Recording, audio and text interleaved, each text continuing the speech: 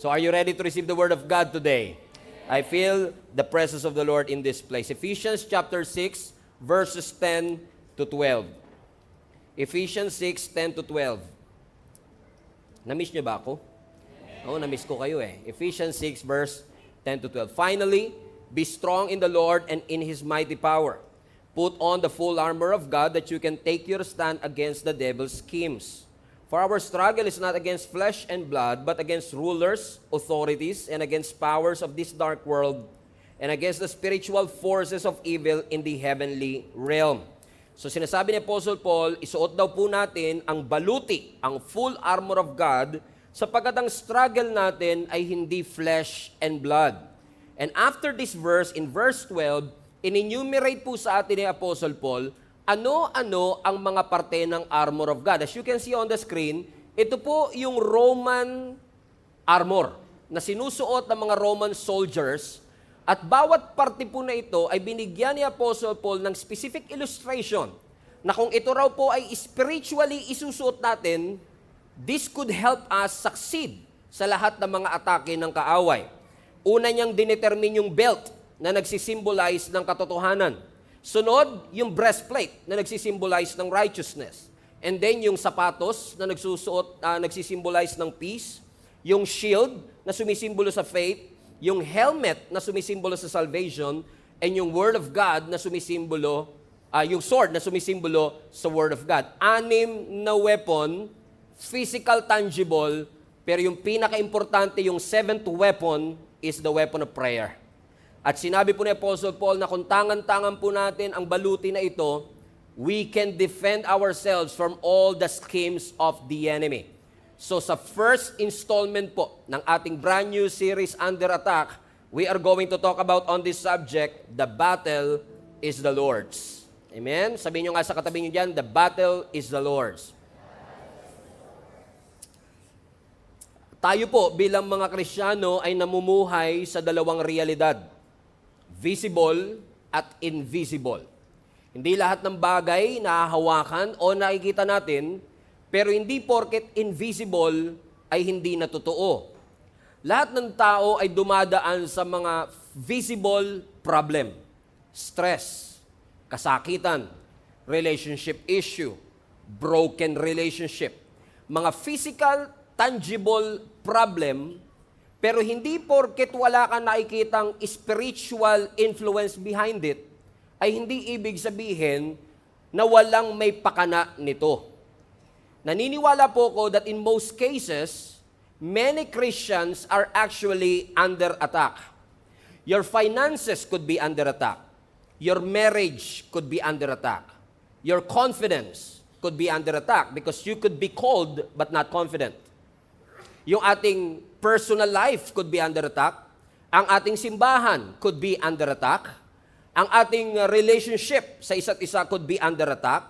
Ibig sabihin, may mga deeper battle behind the scenes na ang tawag natin dito is spiritual warfare. In most cases, it's not just a bad week. You are under attack. In most cases, you are not just going through a hard season. You are in a war. And I'm telling you this because I can feel in my spirit that for the past few weeks, I'm on a spiritual warfare. I believe that I am spiritually under attack. And because you can feel it in your spirit that what you are going through is not just an ordinary emotional, mental, or physical problem. There's something going on, and many Christians, especially the Bible reading ones, knows na there is something in me, I can feel it, na hindi ito basta physical, kundi meron itong spiritual influence.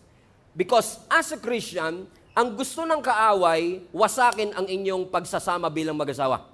Satan wants to destroy the ministry and the church. Satan wants to drown your dreams with your doubt. Na hindi ka maniwala that you got what it takes. Gusto ni Satan na matempt ka na mag-settle for less. Matempt ka na magmadali. Na i-distort ang iyong identity at i-delay ang iyong pagsunod. Lahat ng yan ay assault ni Satan sa mga magagandang bagay na gustong iparanas ng Panginoon sa iyo. Pero meron akong magandang balita sa inyo. You are under attack for a reason. Ibig sabihin, hindi aatakihin ni Satan yung hindi threat. Now, sometimes we feel that Satan is a threat. But the fact that Satan is attacking you is a proof that you are a threat to him. That Satan is threatened by you. That Satan is not a threat, in fact, threatened siya sa'yo. Because Satan is after your testimony, Satan is after your calling. Come on, somebody. Amen? So this is not just a personal battle. He is after your territory. He is after your calling. He is after your testimony. Sabi siguro ni Satan, hanggat bata pa tong taong ito, wasakin na natin ang testimony niya. Kasi pag marunong na yan magbasa ng Bible, mahihirapan na tayo sa kanya. Why? So hanggat maaga pa, gusto ni Satan na wasakin ang iyong pagtawag, wasakin ang iyong testimony because he is after your calling. He is after your destiny. He is after your testimony. Kaya nga marirealize natin na mas matindi ang anointing, mas matindi ang struggle. The greater the anointing, the greater the battle. Yun nga lang minsan, pag dumadaan po tayo sa mga pagsubok ng ating buhay, minsan talaga parang mas nakafocus ka na doon sa sakit kesa sa point. Most cases, we see the pain but we don't see the point. Lahat, okay.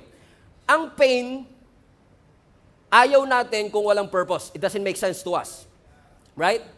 But sometimes God wants you to go through, God will allow you to go through the pain. But you are in pain for a reason. There is a purpose for your pain. Lahat ng dumadaan sa purpose, masasaktan.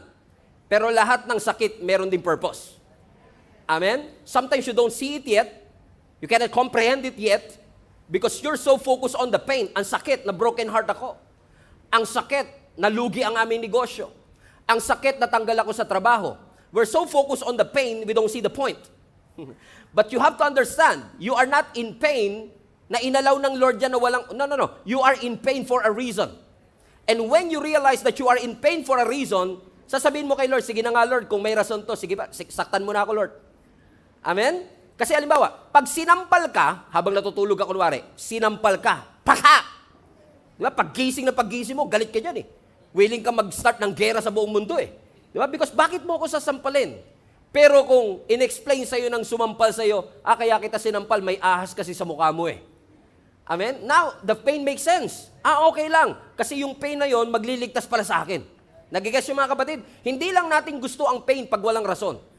Pero kapag ang pain may rason, come on now, willing tayong tiisin yung sakit para sa purpose. Okay? Kaya yung mga magulang, kahit alam nilang masasaktan yung anak nila, pag in-injectionan yung anak nila, umiiyak yung anak nila, pumapalag yung anak nila, pero nanay pa mismo magsasabi sa doktor, Dok, injectionan mo yan. Kasi yung pain na yan, may purpose yan. So once you see the point of the pain, you will start to realize, meron palang rason ng Panginoon kung bakit niya ako inalaw dito. Kaya nga sabi ng Ephesians chapter 6, verse 12, for our struggle is not against flesh and blood. Ano sinasabi po ni Apostle Paul? Yung mga struggle na pinagdadaanan natin, hindi yan fleshly. Yung mga struggle natin is not flesh, is not blood, meaning it is against the rulers, authorities, and principalities of the powers of this dark world. Ibig sabihin, may spiritual force na kalaban ang mga Kristiyano.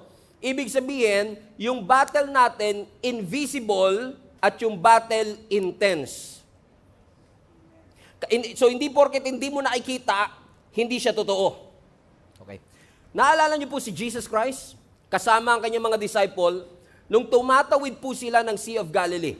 It happened many times, pero usually pag tumatawid sila ng Sea of Galilee, nakakaranas sila ng bagyo. Now, let me take you to Mark.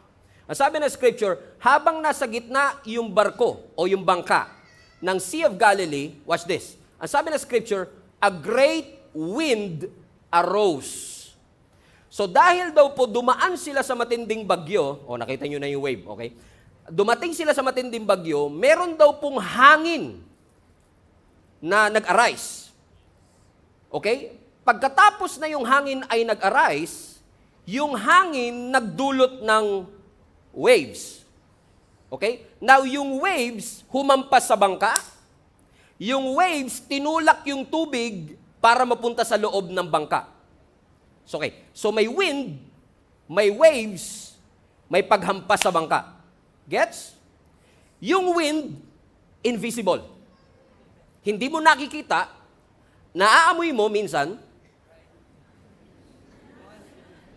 Okay? Okay? Yung hangin hindi mo nakikita, naaamoy mo minsan, pero hindi mo nahahawakan, pero yung hangin nagdulot ng waves. Yung hangin hindi mo nakikita, yung waves nakikita mo. Okay? Yung waves, yun yung humampas sa bangka. Yung waves, yun yung nagtulak sa tubig para pumasok sa bangka. Okay? So yung invisible, nag-cause ng visible effect. Okay? Are you following me? So minsan, nire-rebuke natin yung visible na hindi natin na-realize na yung visible effect ng invisible.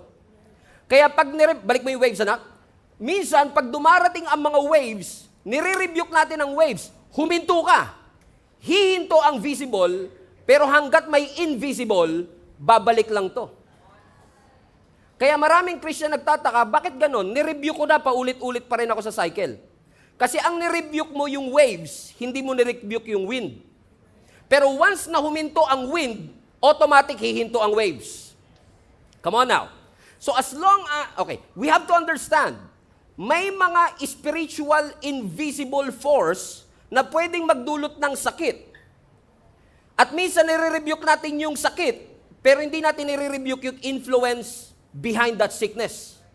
Kaya minsan, gumaling ka sa sakit, pero nandun pa rin yung attack. Okay. Now, just to clarify, hindi lahat ng sakit ng tao ay bunga ng demonic influence. Okay, hindi porket high blood ka, ay inaatake ka ng kaaway. Come on. Hindi porket sumakit ang tiyan mo, inatake na naman ako ng diablo Hindi, naparami po kain nyo kagabi. O nagsama-sama na po lahat ng mga kinain natin. Di ba? Kaya minsan si Satan nagtataka na rin sa atin. Nananahimik siya. Halimbawa, na high blood ka. Sister, pag-pray mo nga ako, inaatake na naman ako ng diablo. Sabi ni Satan, di kita ginagalaw Tataka na yung diablo sa atin Kaya sabi ng diablo, balang araw, aatin na nga ako sa Gia na yun. Lagi na lang ako sinisisi ng mga tao rito No? So, just to clarify, hindi lahat ng problema mo ay epekto ng demonyo. Komprende mga kapatid? Pero posible na may mga dinaranas tayong paulit-ulit na sakit, paulit-ulit na aksidente, na maaaring inaalaw at nangyayari because merong spiritual, invisible influence behind it. Okay? Naalala niyo po sa Bible yung babae na merong infirmity for 18 years? Now, ang sabi ng scripture, meron daw isang babae na parang na-paralyze yung kanyang upper body, and because of that, nakuba. Okay? Hindi siya maka-straighten up, and for 18 years, how many years? 18 years, laging puro lapag lang nakikita niya. Puro sapatos, puro alikabok, puro lupa, until na-meet niya si Jesus Christ. Kasi pag na-meet mo ang ating Panginoon, hindi na lang lupa makikita mo na pati langit. Hallelujah. Hallelujah. Come on now. Amen. So ano nangyari? Balikan natin. Ano ang sabi ng Luke chapter 13 verse 11? And a woman was there who had been crippled by a spirit for 18 years. She was bent over and could not straighten up at all.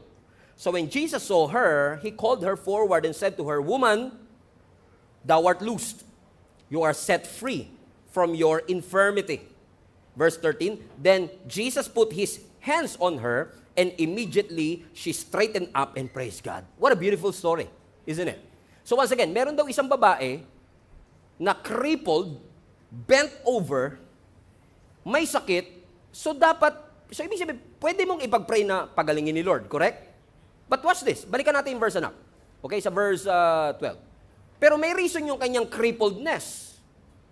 Correct? As sabi ng scripture, a woman was there, highlight this part, who had been crippled by a spirit. So hindi lang siya basta may sakit. May spirit na naging dahilan kung bakit siya crippled in the first place. So now, hindi lahat ng pagkakuba, pagkasakit, physical sickness ay gawa ng demonyo. Pero at least in this text, makikita natin na may mga sakit na bunga ng spiritual demonic attack.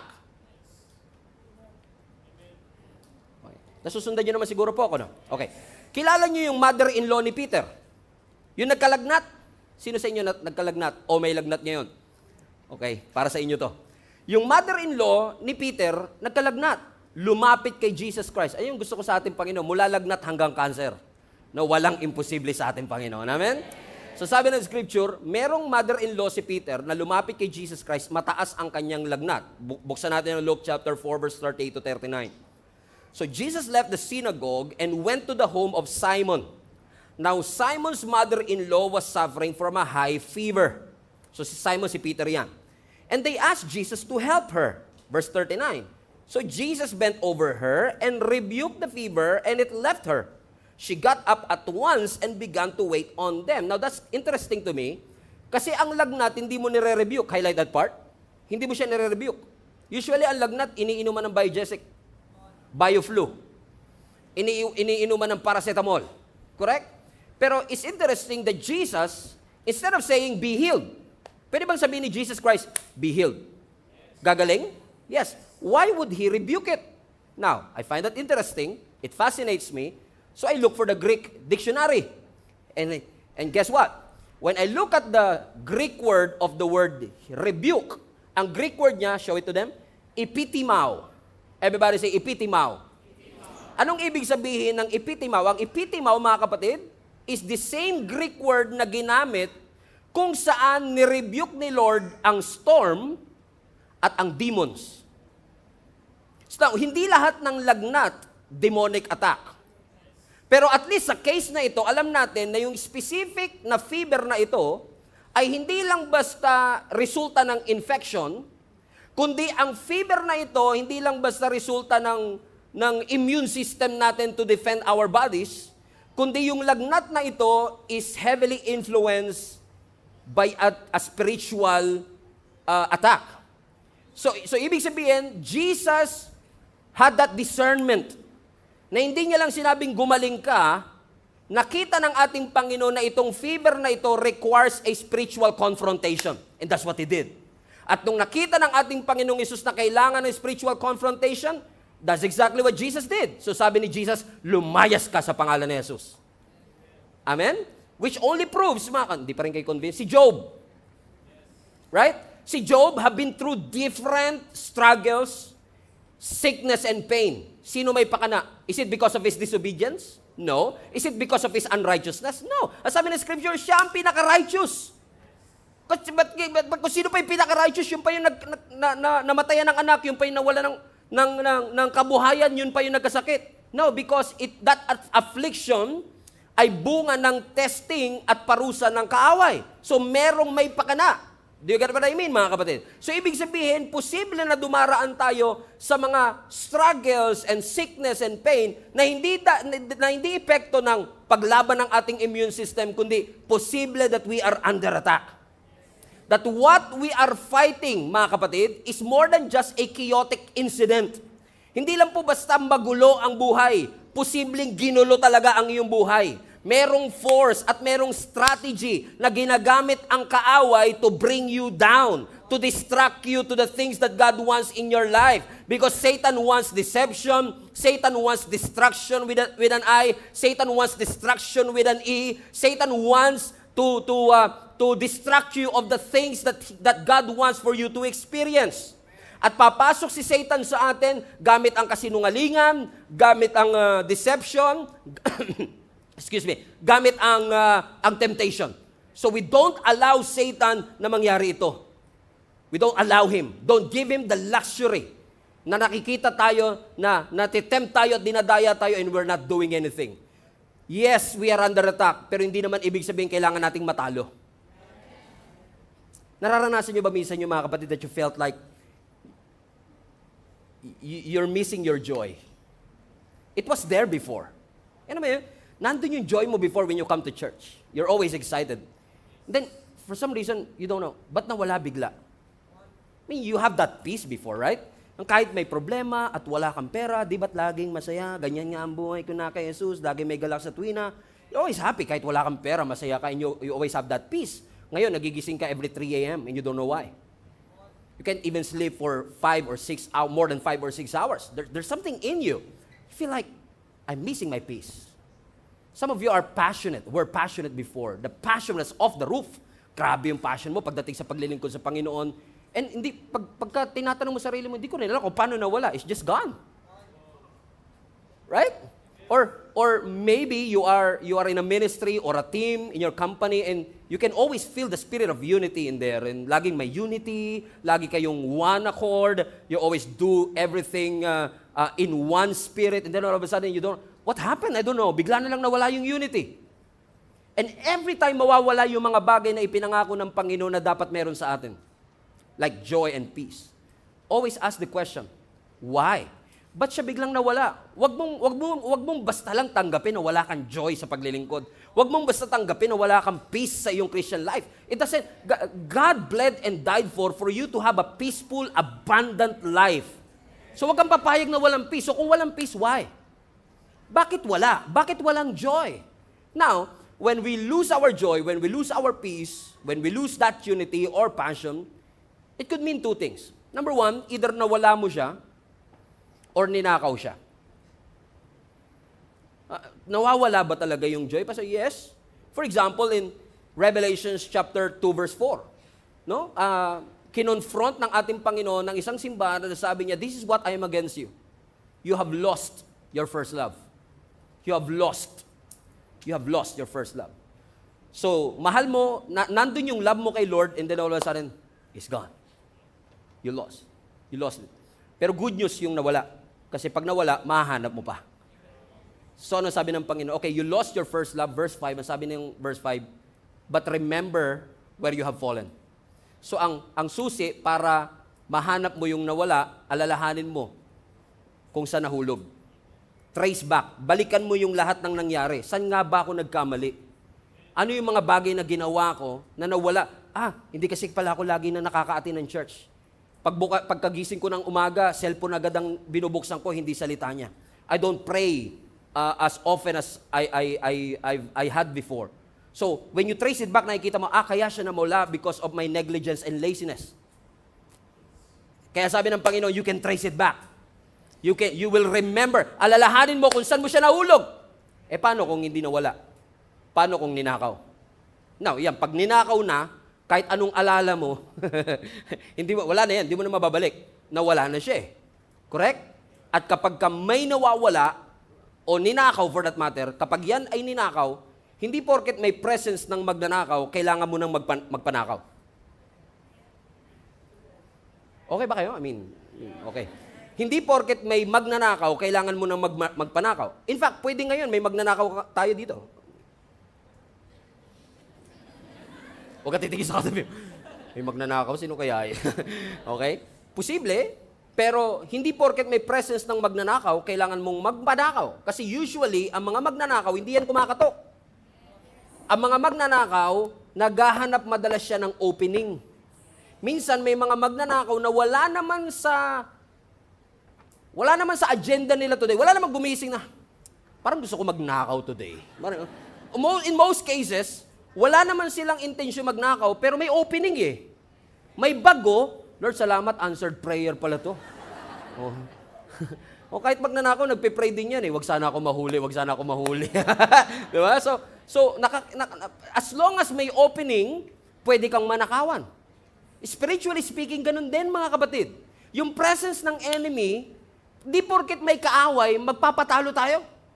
Hindi porket may presence na spiritual warfare, kailangan tayo magpadain, no. Because Jesus died for each and every one of us. Pero nag-aantay si Satan ng opening para patuloy at paulit-ulit tayong nakawan ng ating kaaway. Komprende mga kapatid? Amen? So for example, sa Bible, for example, kay Adam and Eve, ano ang kasalanan ni Adam and Eve? Kinain nila, talagang solo lang ako ngayon, no? Okay, kinain niya, hindi man lang tayo interactive today. Okay, kinain niya yung bunga na ipinagbabawal, correct? Ano ang opening na ginamit ni Satan para magkamali sila? Doubt. Sabi ni Satan, did God really say? Pinagduda muna sila sa Word of God eh. So ginamit ni Satan na opening yung pagdududa. Si David, ano ang kanyang, isa sa mga malaking kasalanan ni David? Adultery, right? Ano ang ginamit ni Satan na opening? Kung bakit nakapag-commit siya ng adultery? Idleness. Nasa gera dapat siya, nagpahinga siya. Yung idleness, passiveness, wala siyang ginagawa. And Satan saw that opening. At ipinakita ni Satan kay David si Bathsheba habang nagtitake a bath. Si Cain, pinatay niya ang kanyang kapatid na si Abel. Ano ang tunay na kasalanan? Murder. Pero ano opening? Jealousy. Si Judas. Ano ang kasalanan ni Judas? He betrayed Jesus Christ. Anong opening? Greed. Pinalakas yung greed, naging greed 7. O greed 1 lang dati yun eh. Ngayon greed 7 na. O, dahil pinabayaan yung greed, lumaki yung opening, pinagbili niya ang ating Panginoon into 20 pieces of silver. Makikita niyo mga kapatid, yung kasalanan is usually a result of an opening. So do not give Satan an opening. Amen? Stand firm in the Lord. Amen? Kasi yung last, pwedeng gamitin ni Satan yan. Yung unforgiveness, come on. Pwedeng gamitin ni Satan yung hindi natin pagpapatawad. Amen? As an opening to bring you down. 5 taon na yung galit mo na yan. Bakit ako manghihingi ng sorry? Hindi naman ako may kasalanan. Right? Forgiveness is hard, but forgiveness is possible. Forgiveness is a decision, not an emotion. You can always decide to forgive. Amen? And as long as that offense is there in your heart, opening ng kaawayan para lalo tayong mabulid sa anger and resentment and even worse, bitterness. So pwedeng gamitin yung unforgiveness as an opening. Social media comparison.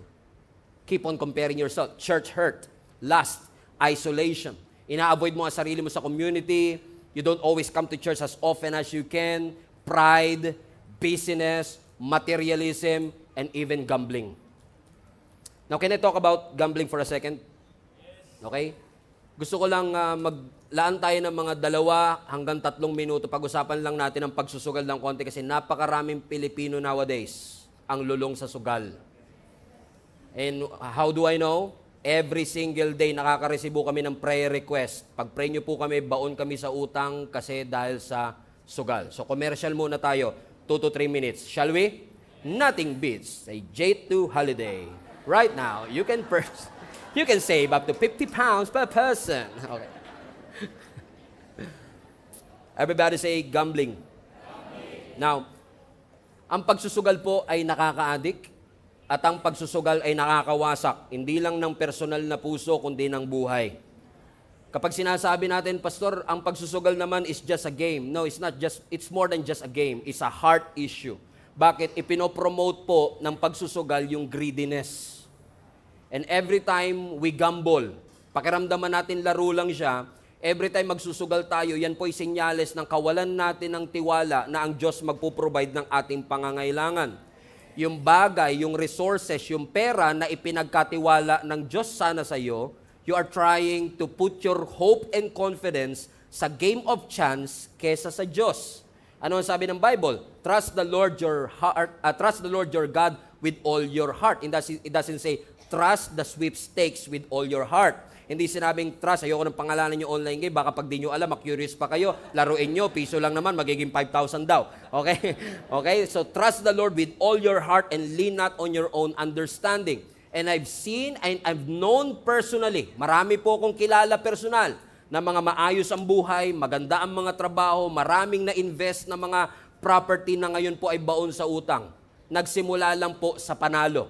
In fact, if I may tell this story, one time, after nilang mag-work, binigyan sila ng tip lang ng kanilang kliyente, at inaya siya ng kaibigan niya, sabi niya, tara, magkasino tayo.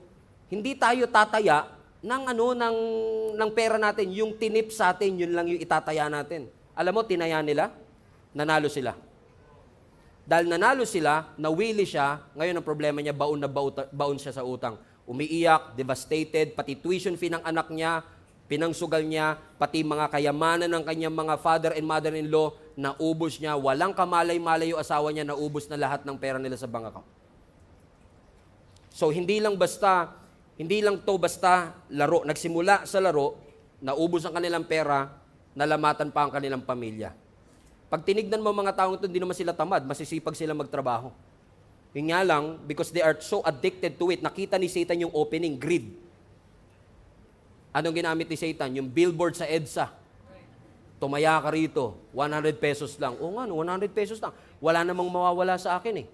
Amen? And I believe, I don't mean to offend anybody, but I believe na yung pagmamadali natin is a sign of the lack of wisdom. Ang mga nagmamadali, walang wisdom. Amen? Tanong nyo, dahil nagmamadaling yumaman, anong ginawa? Nagnakaw. Huwag nyo dami. Si Mari, ganyan nga nangyari dun sa tito ni ganito. Kinakausap nyo kagad yung katabi nyo, baka mamaya nyo na pag-usapan yan. Kung sino, mabubuko pa ng katabi nyo kung sino yung topic natin today. So, asan na nga ba ako? Okay, so, pagka nagmamadali, no? Walang wisdom, tama. Pagka nagmamadali ang isang tao, gusto niya yumaman, anong gagawin niya? Magnanakaw. May wisdom ba sa pagnanakaw? Wala. Ang papakita lang sa iyo, magkano makukuha mo. Hindi niya papakita yung consequence. Pwedeng masira ang buhay mo at ang buhay ng iyong pamilya. Amen. Sa pagmamadaling yumaman, anong gagawin ng iba? Taya tayo sa loto. Kaya sabi ko nga sa inyo, pag nakita ko kayong tumataya sa loto, guys, ibig sabihin, tanungin nyo rin, ba't nandun ako? Magkasama tayo.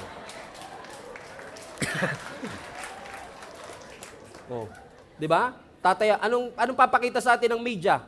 May nanalo, 125 million. Inspire ka, nanalo, 125 million. Pero hindi papakita ng media yung milyong-milyong taong tumaya pero talo. Sabihin natin, 10 piso lang naman yung ticket sa loto Magkano na ba ngayon? O ba't alam nyo? Huli! Got you, man! I got you! I got you! Okay, hindi ko alam kung magkano yun Anyway, 10 piso lang naman, wala namang mawawala sa akin. And every time people say that, I always tell them, akala mo lang walang mawawala, but actually, ang nawala is yung trust mo that God will provide. Nawala yung lordship ng Panginoon na si Lord ang magbibigay sa iyo. If you think about it, lahat ng klase ng sugal, umaasenso ang sugal, nagbe-benefit ang sugal sa pagkatalo ng iba. Wala namang mananalo kung walang natatalo sa sugal So, ibig sabihin, kaya siya nagpa-prosper kasi may kailangang matalo. Nag-guess yung sinasabi ko mga kapatid, unfortunately, it has become a stronghold na nagli-lead sa pagkabaon sa utang at pagkawasak ng maraming pamilya. What is the Bible saying about this one? Buksan po natin ang 1 Timothy chapter 6, verse 9 to 10. Sabi na scripture, ang mga nagnanasang yumaman, sabi mo sa katabi mo, parang ikaw topic today. Ang mga nagnanasang yumaman ay nahuhulog sa tukso. By the way, for those of you who are joining us for the first time, every time I post something here, may mga verse na ganito, hindi lang to basta article sa internet. I mean, dito po siya talaga galing sa Bible. Dinigitalize lang po natin, just in case, because I've heard na minsan, nakala nila parang iniimbento lang natin, may quotes lang yung nilalagay natin dito. No, it's really the scriptures that we are putting it here. So watch this. Ang mga nagnanasang yumaman ay nahuhulog sa tukso at nasisilo sa bitag ng masasama at mga hangal na hangarin na nagtutulak sa kanila sa kamatayan at kapahamakan. Pansinin po ninyo ito. Ang sabi, yung mga nagnanasa daw na yumaman, nahuhulog sa tukso. Nadadaya at nahuhulog sa bitag ng masasama at mga hangal na hangarin. Pansinin nyo yung mga scammer, yung mga promotor ng mga sugal o ng loto. Karamihan niya, nagbe-benefit sila sa pandaraya sa ibang tao. At makikita nyo dito, dahil sinasamantala nila yung mga tao na may kagustuhang yumaman, opening, nagkakaroon ng deception. Bakit daw po? Verse 10, sapagkat ang pag-ibig sa salapi ang ugat ng lahat ng kasamaan. Now, everybody read that part again. Sapagkat ang pag-ibig sa salapi ay ugat ng lahat ng kasamaan. So mag-ingat kayo sa nakikita nyo sa Facebook, naririnig nyo sa ibang tao, kasi doon sa mga Facebook minsan, tinatanggal nila yung pag-ibig. Ang sinasabi lang nila, ang salapi ang ugat ng lahat ng kasamaan. Hindi po ganun ang sinasabi ng Bible. Ang pag-ibig sa salapi. Hindi salapi itself. Ang ugat ng lahat ng kasamaan. So, ibig sabihin, kung hindi pera, kundi pagmamahal sa pera ang ugat ng kasamaan, pwedeng mahirap ka, pero mahal mo yung pera. Kasi minsan may connotation tayo, yung mga mayayaman, mga greedy yan. Correct? Pero based on that text, hindi porket mahirap, hindi greedy. In fact, marami kong kilala, greedy na, hindi pa lang obvious kasi wala pang pera. But greediness is a heart issue. Ang sabi ng scripture, dahil sa paghahangad na yumaman, dahil sa pag-ibig sa salapi, amen, tayo ay nalalayo sa ating pananampalataya, in our pursuit to get rich, in our pursuit to have a well of life, ano po ang sabi ng Bible? Tayo po ay nabubulid sa kasamaan. So, Satan is after your calling and your testimony. And if it means na yung greediness ang maging opening nito. Amen? Or pornography ang maging opening nito. Satan will do everything to bring you down. But God is good. Amen? The commercial is over. Thank God. Mahirap na tayo ay inaatake ng kaaway. It's challenging for us sometimes to really fight that battle. But we thank the Lord. Matindi man ang atake, may matinding kapangyarihan din naman ay pinagkatiwala ang Panginoon sa atin. Ano po ang sabi ng Ephesians chapter 6 verse 10? Finally, be strong in the Lord and in His mighty power. Hallelujah! Ibig sabihin, ang lakas na meron tayo para mapagtagumpayan ang lahat ng mga atake ng kaaway, hindi po siya nakabase sa taas ng iyong pinag-aralan, hindi po siya nakabase sa iyong emosyon, hindi po siya nakabase sa iyong koneksyon. Ang katagumpayan natin sa paglaban natin sa mga atake ng kaaway ay nakadepende sa lakas na meron tayo dahil sa ating Panginoon. You are not called to fight your own battle because the Bible says that the battle is the Lord. So we are not pursuing victory. We are not fighting for victory. We are fighting from the position of victory because Jesus already won the battle for each and every one of us. So I don't know who is this for. Pinapaalala lang ng Panginoon sa bawat isa sa atin that you should stop fighting the battles that you are not anointed to fight. Kung hindi inanoint ng Panginoon na paglabanan mo siya, walang lakas na maibibigay ang Panginoon sa iyo to conquer that. Not every battle is worth fighting for. Hindi porket inimbitahan ka, oo ka na kagad. Hindi porket pinost ka nila, magre-reply ka na kagad. Hindi porket na misunderstood ka, kailangan mo mag-explain. Choose your battles wisely. Come on, somebody. Hindi porket dinisrespect ka nila, magre-react ka na kagad. Iniiwan ka nila, maghahabol ka naman. Come on now. Prinobo ka nila na wala naman ang iyong kapayapaan. Listen to me. Hindi takot si Satan sa mga Kristiyanong malakas ang boses. Takot si Satan sa mga Kristiyanong malakas manalangin kay Lord. Amen? Manalangin na alam niyang hindi niya kaya on his own. Kaya ipagkakatiwala niya na lang. He will let go and let God do the work. Because this is not my battle. The battle is the Lord's. Amen? Palapakan natin ng Panginoon. And that's what, before we land this plane, this is exactly what happened to David. Si David payat, maliit, he's weak, he's not trained. He looks ordinary, inexperienced, and yet, when he faces Goliath, David was not talking about his Goliath. He was talking to his Goliath. Okay, you don't get it. David was not talking about the giant. He was talking to the giant. Magkaiba yung talking about the giant to talking to the giant. Kamusta ka na, sister? Ito, may sakit pa rin. You're talking about the sickness. But once you talk to the sickness, fever, lagnat, lumayas ka. So you are talking to it. So when David faced Goliath, he was not talking about the size of Goliath. He was not talking about the might of Goliath. He was talking to Goliath. Na ang sabi ni Goliath, today, God will deliver you into my hands. Amen? Ano ang sabi ni Scripture? Walang kamalay-malay si David nung araw na yun. 40 days nang nasa labanan ang kanyang mga kapatid na mga soldier kasi hindi siya qualified. Yung mga kapatid niya, mga experienced warrior and soldier, and all of a sudden, yung mga Philistines, hinamon ang mga Israelites sa isang standoff at duelo. Ang sabi ng Philistine representative na si Goliath, pumili na lang kayo ng representative ninyo na ilalaban ninyo sa akin. Pag nanalo ako sa inyo, lahat kayo alipin namin. Pero pag nanalo kayo sa akin, well, mananalo kayo, lahat kami magpapaalipin sa inyo. Alam nyo? 40 days, more than a month, binibilitel, pinapahiya ni Goliath ang nation of Israel. Kahit yung hari nilang si King Saul, walang magawa. Yung pinaka-qualified, pinaka-equip, hindi kayang lumaban, bahag ang kanilang buntot. Isang buwan mahigit, 40 araw. Imagine niyo, twice a day kang ni-humiliate. Mga duwag, mga bag ang buntot. Wala pa rin kay representative na ilalaban sa akin. More than a month, lahat sila naka-stand off lang. Until finally, on the 40th day, Jesse, tatay ni David, tinawag ang kanyang anak-anak, dalhin mo nga itong tinapay at keso sa iyong mga kapatid. So, ang purpose ni David, kaya siya nandun sa Valley of Elah, hindi para labanan si Goliath. Kaya iba sa inyo, wala kayong kamalay-malay. Kanina gumising lang kayo, kala nyo magsisimba lang kayo. Wala kayong kamalay-malay ngayon ang divine appointment nyo sa Panginoon. Nababaguhin ng Panginoon ang takbo ng inyong buhay, that this is going to be your defining moment. So, ang sabi ng scripture, hatid mo itong tinapay at keso sa iyong kapatid. So, pag pinagsama mo yung tinapay at keso, cheese bread. Okay? So, ihatid mo itong cheese bread na ito. Come on now, that's biblical. Okay? Okay? Ihatid mo itong tinapay at keso, ang cheese bread na ito sa iyong mga kapatid. So, ang purpose ni David, dala-dala niya yung plastic bag ng cheese bread, dadali niya sa kanyang mga kapatid, para saan?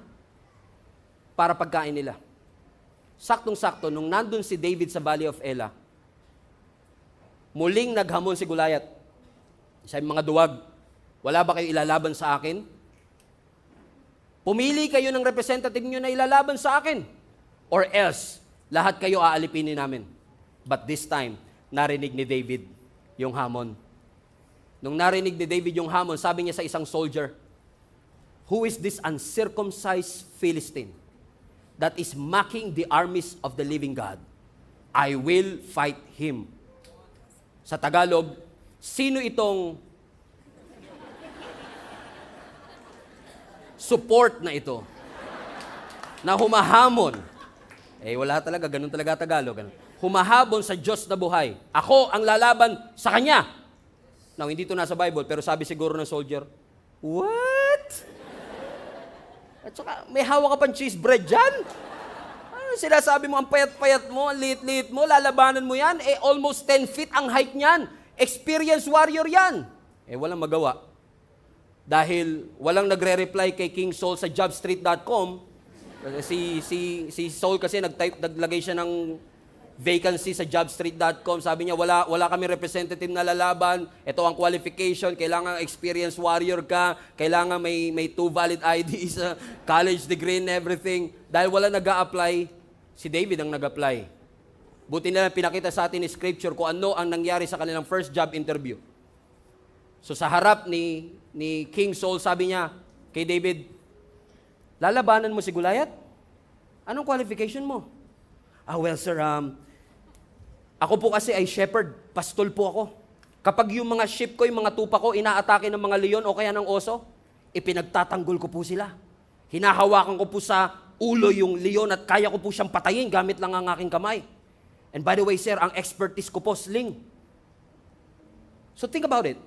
Si David, hindi siya ang tumalo kay Goliath. Hindi siya ang lumaban kay Goliath dahil siya pinaka-qualified. Si Saul ang pinaka-qualified. Pero siya ang lumaban kay Goliath kasi walang choice. Walang gustong lumaban. So sabi ni King Saul, wala naman nag-apply, wala nag-email sa jobstreet.com. Okay, suot mo tong armor na to. Pak, sinuot yung armor, masyadong maluwag. Tinanggal. Binigyan ng espada, masyadong mabigat. Wag na, sige, punta ka na lang doon. Now think about this. So habang papunta si David doon sa battlefield, probably, ang mga Israelites nakaiga ng ganun. Biruin mo, mahigit 1 buwan sila Stand off lang. Ang mga Philistines nakaiga na kagad. And then narinig nila yung balita, may representative na. May representative. Wow, Brad, gaano kaya kalaki yan? Gaano kaya ka-experience yan? Siguro, mas matangkad pa kay Goliath yan. Finally, makakalagpas na rin tayo sa labanang ito. And then here comes David, 16 years old, payat, may hawak ng plastic bag ng cheese bread. Lumabas sa kanilang dugout, music plays, tent, tent, tent, tent, tent, tent, tent, tent, tent, tent. Grabe music, slow motion, alikabok, pam. Sabi ng mga Israelites, patay ka diha. Patay tayo, natalo na tayo nito. 16 years old representative natin, tsaka ano yung plastic bag na yun? Cheese bread? Pero watch this, sabi ng scripture, nung humarap si David kay Goliath, kung paanong tinignan marahil ng kanyang mga kababayan na lugi si David, ganun din ang tingin ni Goliath. Ang sabi ng verse 42, tinignan ni Goliath si David over and saw that he was still a little more than a boy, glowing in health. Handsome naman. Ay, by the way, pag sinabihan ka ng Bible na pogi, pogi ka talaga. But he despised him. Ang sabi ni Goliath kay David, aso ba ako? That you come to me with sticks? Kasi hawak niya slingshot. And the Philistine cursed David by his gods. Come here. And I will give your flesh to the birds and to the wild animals. Ipapakain kita sa mga ibon at sa mga wild animals. But watch this, verse 45. But David said to the Philistine, you come against me with sword and spear and javelin, but I come against you in the name of the Lord Almighty, the God of the armies of Israel, whom you have defied. You see what David did there? He just turned a physical fight into a supernatural fight. Sabi niya, wala akong sword, wala akong spear, wala akong javelin. Disadvantage ang aking physical appearance compare sa'yo. Almost 10 feet ka, ako 5'6" lang. Lugi ako. But my confidence is not based on my sling. My confidence is not based on my weapon. Hindi kailangan ng Diyos ko ng weapon, ordinary or usual na nakasanayang weapon to defeat you.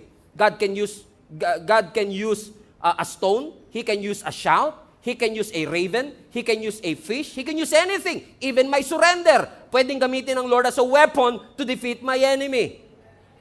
So sabi niya, wala man akong javelin, wala man akong spear, wala man akong sword, but I have come against you in the name of the Lord Almighty, the God of the armies of Israel.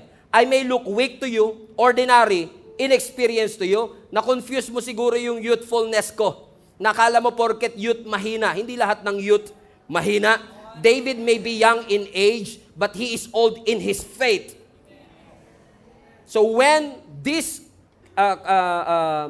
Goliath is trying to intimidate him, ang sabi ng verse 47, all those who gathered here will know that this is not by sword or spear that the Lord saves. Hindi ako niligtas ng Panginoon gamit ang sword. Hindi niya ako dinigtas gamit ang spear. Hindi kailangan ng Lord ng conventional weapon para manalo, for the battle is the Lord's.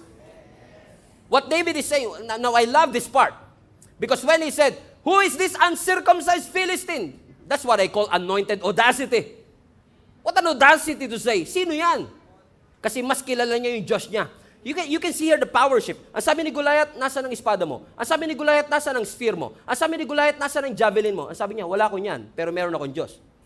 Look at the power shift here. Shinif niya yung power from physical weapon to supernatural weapon. I don't have physical weapon, but I have a supernatural God. Alam siguro niya yung Psalms na sinulat niya, that the Lord is my tower, and the righteous will run into it, and they will be saved. For the Lord is my tower, and He gives me a power. Di nyo alam to? To tear down the works of the enemy. Alam ni David that the name of the Lord is a strong tower, and the righteous will run into it, and they will be saved. There is a visible limitation, pero lahat ng visible limitation that we have doesn't limit the power of our God. Hindi man natin minsan maintindihan kung bakit tayo inaatake, but we are not called to understand everything. In fact, the Bible says in Ephesians chapter 6, we should stand firm, not understand, but to stand firm all the wiles of the devil, all the schemes of the devil, because we are not called to talk about our giants. We are called to talk to Him and say, you are already defeated because Jesus Christ already won the victory for me, on my behalf. My confidence is not based on my education. My confidence is not based on my experience. My confidence is based on who God is in my life. Hindi ko kasi matatalo ang mga higante sa aking buhay hanggat hindi ko nare-realize na sapat ang Diyos ko. Kapag ako'y nagtiwala sa Kanya, malakas ang kalaban pero mas malakas ang Diyos ko. Matangkad ang kalaban pero higher ang Diyos ko. Amen. He is powerful, but my God is the most powerful there is. He stands on a class of His own. He has no rival. He has no equal. Amen. He is higher than any other. And as long as we understand that, we will start to claim that victory even before the battle started. Ano ang sabi ng verse 46? This day. Ano ang sabi? Highlight that part. The Lord will deliver you. Now watch this. Sinabi ni David to, hindi pa siya nagsisimulang lumaban. Prophecy na kagad. Sabi mo, papakain mo ko sa mga ibon at sa mga wild animals. Well, this day. The Lord will, this day, not someday, not next day, this day. The audacity, man. The audacity. Amen? This day, God will deliver you into my hands. He speak about the future even before the battle started because he knows who he is and he knows who God is. If you know who you are and whose you are, you don't have to be afraid. You don't have to doubt. You don't have to be fearful. Even when you walk through the valley of the shadow of death, you will not be afraid, for God is with you. He is your deliverer, your portion, your refuge, your strength, your healer, deliverer. Hallelujah. He is altogether lovely, altogether worthy. He's worthy of all our praise. So my friends and family, if you are going through a battle, if you're going through a season na mahirap, always remind yourself, my God is with me. He goes before me, He goes after me, and He is with me. I'm surrounded by His grace. I'm surrounded by His promise. And kahit na gaano kalakas ang aking kaaway, if God is for me, it doesn't matter who is against me. Your God is all-powerful, all-worthy. He's filled with grace and mercy. And the moment that you recognize that your God is enough, He is enough to defeat that enemy. He is enough to heal that sickness. He is enough to bring you out of that disease. He is enough to bring you out of that death. Jesus is and will be enough for every need that we have. Come on, give Him some praise, church. Palapakan natin ang Panginoon. Everybody stand to your feet. Continue clapping your hands and speak life. Speak victory. To even things are look like defeated. Even though things looks like death. Even though things looks like dormant. Speak life, speak destiny, speak the power of Jesus. Every head bow, every eye closed.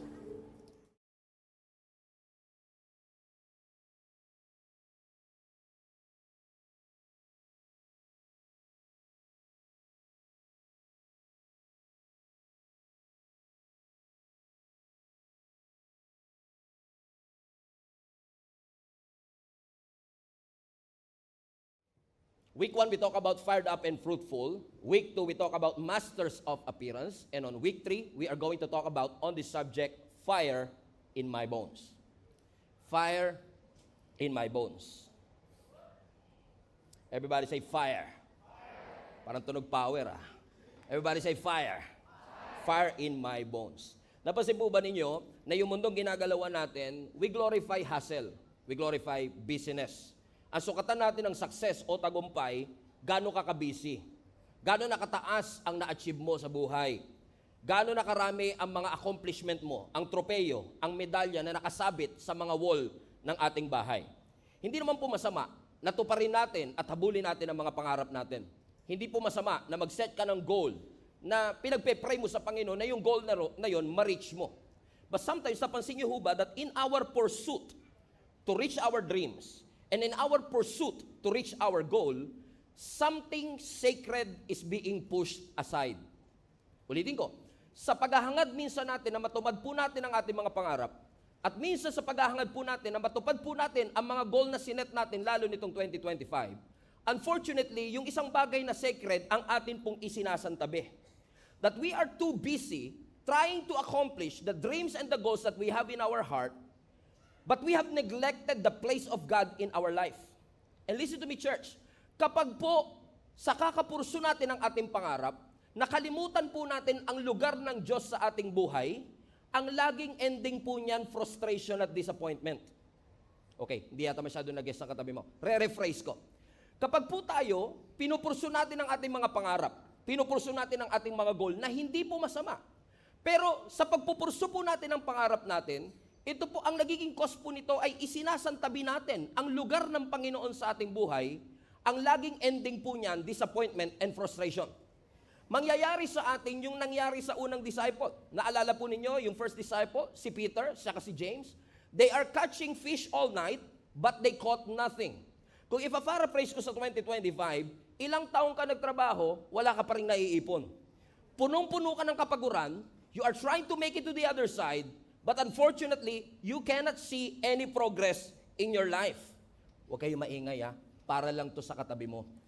Yung bang kakapurso mo ng pangarap mo, kakapurso mo ng goal mo, hindi mo nare-realize, nagpe-pray ka na lang pag may problema. Hindi mo nare-realize na umaating ka na lang ng church kapag napapaalalahanan ka. Na naneneglect mo yung lugar ng Panginoon sa iyong buhay na nagsisettle na yung katabi mo sa Christianity light. Ibig sabihin, nagsiserve na lang siya out of his leftover. Na nagbibigay na lang siya out of his excess. Na nag-i-involve na lang siya out of his spare time. Pero the moment na ma-realize mo na ang buhay mo ay worship mo sa Panginoon, magbabago takbo ng buhay mo. Because our life is our worship. That God, yes, can do miracles in our life. Yes, God can send ravens in the midst of drought. Kayang gumawa ng Diyos ng mga milagro sa ating buhay. God can do the spectacular, but He can be personal to you as well. Kaya niyang baguhin ang takbo ng ating buhay. At once na maranasan mo ang Panginoon sa iyong buhay, hindi po madi-deny ang mga manifestations at giftings na makikita mismo ng tao na nangyayari sa iyong buhay. For the past 2 weeks, mga kapatid, paulit-ulit ho sa ating nire-remind ng Panginoon na once na ikaw, naglaga ka ng buhay mo sa Panginoon at ang Diyos nanahan sa iyong buhay, hindi po pwedeng wala pong manifestation na mangyayari sa atin. Itong mga manifestation na ito, mga kapatid, kailangan natin kasi kapag wala itong fire na ito, wala itong manifestation na ito, yung pananampalataya natin mananatiling mahina, mananatiling dry at mananatiling powerless. Pero hindi lang natin gusto na magkaroon tayo ng fire. Ang gusto rin natin magkaroon tayo ng fruit. Yung katulad ng sinabi sa Galatians 5:22-23, yung fruit of the Holy Spirit. Na meron tayong love, may joy, may peace, may patience. Napansin niyo po ba yung katabi niyo? Gentle na, patient na, may self-control na. Bakit? Ito yung ipinapanalangin natin. Na Lord, hindi ko lang maranasan ang milagro, mabago din po ang aking buhay. Kasi pag nakita ng tao itong fruit na ito ay ebidensya na nag-work ka talaga sa aking buhay. Posible kasi na meron kang appearance of faith pero wala kang fruit. Posible kasi na you look healthy but you are not productive. That you got the fire but you don't have the fruit. And what we've been praying for sa ating Panginoon, Lord, hayaan mo na ang bawat isa sa amin, hindi lang magkaroon ng wisdom, hindi lang magkaroon ng gift of prophecy, hindi lang magkaroon ng gift of interpreting tongues, kundi ang bawat isa sa amin, magmanifest po yung bunga na ito. Na kami mas maging mabait, mas pasensyoso, humaba itong pasensya na ito, at magkaroon po kami ng number 9. Sabi mo sa katabi mo, kailangan mo to, self-control. Amen, mga kapatid. However, hindi naman masamang magkaroon tayo ng fruit. Maganda nga, loving tayo eh. Maganda nga, patient tayo. Pero kung puro fruit pero walang fire, hindi po yan magtatagal. Bakit? Ang prutas, yung kabaitan, yung patience, yung self-control, gentleness, faithfulness, very visible yan. Pag nakita, uy, bumait siya oh, parang kumilos talaga Diyos sa kanyang buhay. Uy, ang haba ng pasensya niya ngayon ha, parang kumilos talaga ang Diyos sa kanyang buhay. Because the fruit is always visible.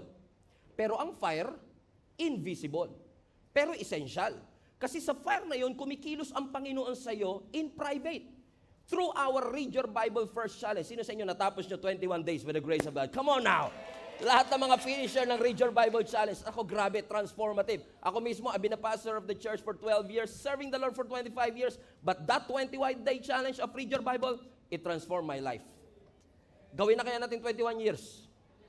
Wag na 21 days, ano? Bakit? Kasi napansin nyo, no, kung imbis na gadget ang uunahin mong buksan ang salita ng ating Panginoon, talagang may dinedevelop ang Lord sa'yo. Pag nagbabasa ka ng Bible, sinasabi ng Lord, mayabang ka, baguhin mo. Sinasabi ng Lord, ang iksi ng pasensya mo, mabilis ka magalit, ayusin mo. Di ba? Nade-develop ka. You are growing in private. Pero hindi maganda na tayo ay growing lang in private. Kailangan, hindi ka lang growing in private, but burning in public. Maganda na yes, nag-grow ka. May nade-develop sa iyong puso, pero asan ang apoy? For the past 2 Sundays, ang lagi kong tanong, where is the fruit? Ngayon ang tanong natin, where is the fire? Where is the power? Nasaan ang authority? Nasaan ang anointing? Bakit? Kapag walang fire ang fruit, hindi po siya magtatagal. Pwedeng bumait ka nung na-encounter mo ang Panginoon. Umating ka ng divine encounter, naramdaman mo ang presensya ng Diyos, nanginig ka. Oh, Lord, thank you. Magpapatawad na po ako. Magmamahal na po ako. Pero kung walang sustenance ng fire, panandalian lang yung fruit na yon. So, magandang may fruit, pero ang tanong, masusustain ba yung fruit? And the only way to sustain the fruit is through the fire, through the limit, through the wall. Joke lang. Okay? Let's open up our Bibles to 2 Timothy chapter 3 verse 1 to 5. Tahimik masyado itong service na to. Okay, 2 Timothy 3 verse 1 to 5. But mark this, everybody, there will be terrible times in the last days. Ito raw mangyayari sa mga huling araw. Pansinin nyo, nangyayari na ito ngayon. People will be lovers of themselves, aka selfie generation. Lovers of money, boastful, proud, abusive, disobedient to their parents. Hello, ungrateful, unholy, without love, unforgiving, slanderous, without self-control, brutal, not lovers of the good, treacherous, rash, conceited, lovers of pleasure rather than lovers of God. So imbis na Diyos ang minamahal, sarili ang minamahal. Imbis na Diyos ang minamahal, pera ang minamahal. Verse 5, having a form of godliness. Highlight that part. May form ng godliness but you are denying its power. Amen? They can see it on the outside. Mukhang nagbabago, pero they do not recognize the power that sustains that fruit. Napakahalaga mo mga kapatid na ma-recognize natin today na bago po matapos ang series natin today, na kapag nilagyan natin ng exclamation point, ang 3-week series that we have today, ma-realize po natin, magandang may fruit, pero kailangan natin ng fire. Na talagang idadaan ka ng Lord sa apoy para mag-apoy ka. Na yes, magandang mabait tayo, magandang humble tayo, but where is the power? Asan ang boldness natin? Kasi pag puro fruit na walang fire, stagnant ang ating Christianity. Lahat magiging routine, lahat magiging mechanical. Amen po ba mga kapatid? Bakit? Yung fruit, pansinin nyo, yung fruit of the Holy Spirit, character yan eh. May dinedevelop na character ang Panginoon sa iyo through the fruit. Pero, okay, let me rephrase. Yung fruit, ipinapakita nito yung character na ibibuild ng Lord sa iyo. Pero ang fire, ipinapakita nito ang kapangyarihan ng Diyos sa iyo. Okay? Pansinin po ninyo, kapag nagkaroon ka ng gentleness, o faithfulness, o self-control, ibig sabihin lang yan, kumilos ang Diyos sa iyo. So, sa fruit, God works in you. Komprende? Okay, God works in you. Pero, sa fire, hindi lang God works in you, God works through you. So, mabait ka, pero pag may power, yung mga nakapaligid sa iyo pwedeng ma-impluwensyahan. So, hindi na lang ikaw nakikinabang pagka-fruit. Sa fruit kasi usually tayo, no? Pero kapag ikaw ay may fire, aba, matindi to. Doon kasi sa fire, nakikita ng tao yung working ng Panginoon through you. It shows not just how good our God is, it shows how powerful our God is. Na yes, may love, may joy, may peace, pero may boldness ba to preach the gospel? May passion ba tayo kapag tayo nananalangin? Again, where is the power? Where is the anointing? Where is the authority? Where is the conviction? Because God is working and should be working not just in us, but through us. Amen? Pwedeng polite, pero powerless. Amen? Ay, naging busy na kasi tayo minsan, yung pagiging Kristiyano natin, pabaitan na lang eh. Maganda namang maging Kristiyano, o nga lang, baka masobrahan ka din. Sa bait, masira. Yung bait, nakatingga sa katabi mo, sira ng bait eh. No, pwede kang polite, pero powerless. Pwede kang respectable, pero hindi radical. Pwede tayong maging gentle, lalo ngayon, fruit of the Holy Spirit, kailangan maging gentle. Pwedeng gentle ka nga, talagang pag kinausap ka ngayon, kamusta ka sis? Napaka-gentle mo talaga no? Pwede kang gentle, pero wala kang hunger for God's Word. Wala kang hunger for the things of God. So, ibig sabihin, you have the credibility, pero walang boldness. Pwede kang kind, pero you are no longer burning. Diba? Ang sabi ng Galatians chapter 5, ang isa sa mga fruit ng Holy Spirit, maging patient. Talagang kitang-kita naman ang fruit sa'yo. Very patient ka. Na sa sobrang patient mo, sabi ng Lord, share the gospel. Lord, be patient. Sabi ng Lord, share the gospel. Lord, be patient. Take your, okay, Lord. Fruit of the Holy Spirit, remember, Lord? Diba? Pero iba ang patient sa passive. Hindi tayo tinuruan ng Lord maging passive. Pero ang fruit ng Holy Spirit, patience. Ang fruit ng Holy Spirit, self-control. Pero minsan, self-control nga, pero nasobrahan ka naman sa control. Pati sarili mo, pag naglilingkod, kinokontrol ko na po sarili ko, pastor. Hindi ganun ang tinuturo ng Panginoon sa atin. All of us as Christians should be ready, should be serving, should be mature, should be steady. Sino sa inyo, pakiramdam nyo, katabi nyo, ready lagi? Yung katabi nyo, naglilingkod sa ating Panginoon. Yung katabi ninyo, nagmamature. Yes, pero pwedeng walang fire.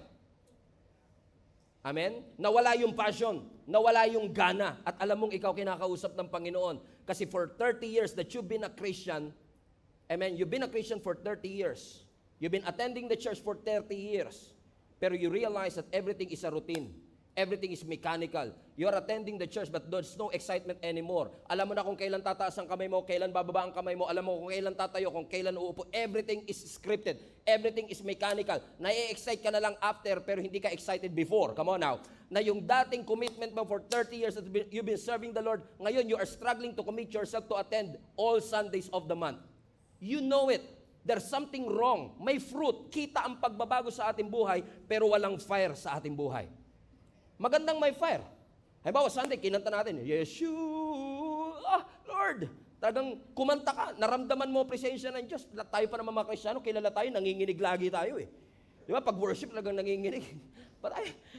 Ang hirap naman patabanin ng section na yun. Okay ba kayo dyan, guys? Part tayo dito, pamilya tayo. Di ba? Di ba? Yung parang nanginginig ka talaga, Lord, talaga ramdam na ramdam ko presensya mo. Tapos nakita ka ng kapatid mo, grabe grabe kuya ko. Talagang naramdaman niya, kitang-kita talaga yung fire ng Panginoon sa kanyang buhay. Tama ba mga kapatid? Pero kung nanginig nga siya, pero pagdating ng bahay, sinisigawan niya naman yung buo niyang pamilya, may fire siya, wala siyang fruit. So hindi ka kapanipaniwala. Correct? E balik na rin natin. May fruit ka naman pero wala kang fire. No? Hindi. Okay. Nagbago ka nga, pero hindi ka na excited. So kapag puro ka fire, walang fruit, hindi ka kapanipaniwala. Pag puro ka naman fruit, walang fire, hindi ka na nagsasalita. Hindi mo na kinukwento testimony mo. You don't preach the gospel anymore. Why? Nagsettle ka na, baguhin ko na lang sarili ko. Pero tinawag ka ng Panginoon to preach the gospel. Mga kapatid, hindi ka lang anak ng Diyos, sundalo ka ng Diyos. At ang sundalo nakikipaglaban. Amen? We are meant to fight for it. Hindi tayo tinawag ng Panginoon. The church is never established to pamper the saved. We are called to reach the lost. Yan ang pagtawag ng Panginoon. And minsan, naalala nyo, yung katabi nyo, nung talagang bagong Kristyano siya, nung naramdaman niya talaga yung fire, talagang on fire talaga. Naramdaman mo naman talagang pero alam nyo mga kapatid, hindi lahat ng fire, kahit gaano kalakas ang fire, kung hindi mo isosustain, mamamatay. Amen ba mga kapatid?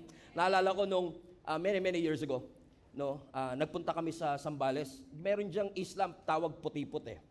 Yung Putipot na yan, noong unang panahon, Virgin Island pa yan. Ibig sabihin, walang kuryente, walang masyadong sari-sari store. Lakas ng loob namin kasi pag bata ka pa, malakas pa loob mo eh. Sabi ko, mag-overnight po kami dyan sa isla na yan. Kala naman namin, marami kaming kasama. No? At akala namin may sasama sa amin. Doon pala, ang kalakaran pala ron, pag doon ka matutulog sa isla, iiwanan ka talaga nila doon sa isla. So wala kaming security, walang kahit ano, wala ring kuryente. At dahil walang kuryente, nung maghahapon na, sabi nila, Sir, paano kayo magkakailaw? Ang paraan lang po para magkailaw kayo, kailangan mag-bonfire po kayo. Sabi namin, confident kami, wag ko kayo mag-alala, nanood po kami National Geographic. Marunong po kami lumikha ng apoy. Biruin mo, 3:00 pa lang, Brad, create na tayong bonfire. Di syempre, ginaya namin sa National Geographic. May 2 bato, kiniskis mo. 4:00 na, wala pa, Brad 4:30, ayaw pa rin. Namagana lang lahat. Sabi may alcohol ka dyan? Bigla may alcohol na. Lahat nilabas na. Hindi kami makapag-create ng apoy. Sa awa ng Diyos, di ko na alam kung paano nangyari. Nung magtatakip silim na, nagkaroon naman kami ng apoy. So di nakaupo na kami, nakapagpahinga na kami. Wala pa kaming 30 minutes, humihina na yung apoy. Ay naku, sabi ko, kailangan hindi lang siya umapoy, dapat may panggatong to. So maghiwa-hiwalay muna kayo. Di naghiwa-hiwalay kami. Naghanap kami ng kahoy, naghanap kami ng mga basura. Kasi kailangan mong gatungan yung apoy para manatili siyang nag-aapoy. Kasi kahit gano'ng kalakas yung apoy, kung hindi ka maglalagay ng panggatong, mamamatay din siya. So ginawa namin, naghanap kami ng kahoy, nilagay namin siya. Naghanap kami ng ganito, nilagay namin. Kwentuhan na naman kami. Wala pang 30 minutes, naubos na naman. Muntik na namin maubos yung puno sa gubat. No, bakit? Kailangan kasi, yung apoy, kahit gano'ng kalakas, sinusustain mo ng apoy.